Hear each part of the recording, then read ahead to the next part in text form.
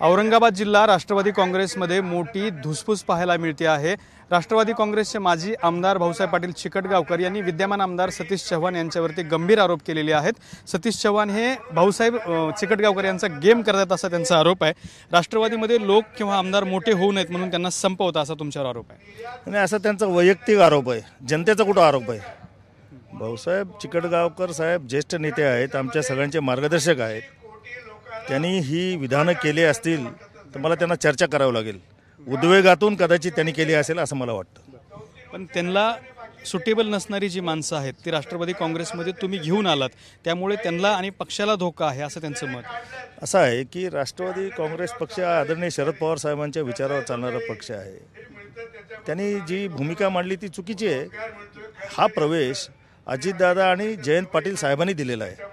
मी राष्ट्रवादीचा एक छोटा कार्यकर्ता आहे, त्यामुळं त्या आरोपात काही फारसं तथ्य असं मला वाटत नाही। पण त्यांनी त्याला लागून दुसरा आरोप केला की उदयसिंग राजपूतचं उदाहरण दिलं आणि पैठणचे माजी आमदार होते संजय वाकचौरे त्यांचंही उदाहरण दिलं।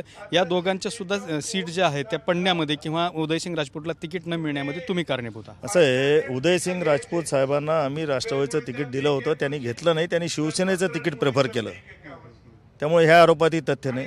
संजय वाकचौरेंना तिकीटच मिळालं नाही, ते इलेक्शनच लढले नाही, तर त्यांचा काय संबंध? त्यांना पाडणं म्हणणं हे चुकीचंच आहे ना। जो उमेदवार उभा राहतो पडतो त्याला कदाचित पाडलं म्हणता येईल, जो उभाच राहिला नाही त्याला कसं म्हणता येईल? त्यामुळं अधिक माहिती घेऊन भाऊसाहेब चिकटगावकरांनी हे केलं पाहिजे।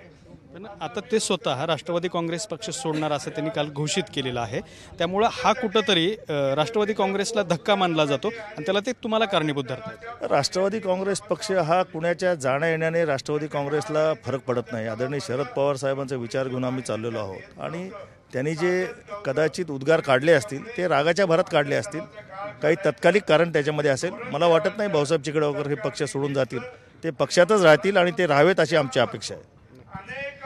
तर हे होते आमदार सतीश चव्हाण यांनी स्पष्ट केलेलं आहे की भाऊसाहेब पाटील चिकटगावकर यांच्या आरोपामध्ये तथ्य नाही।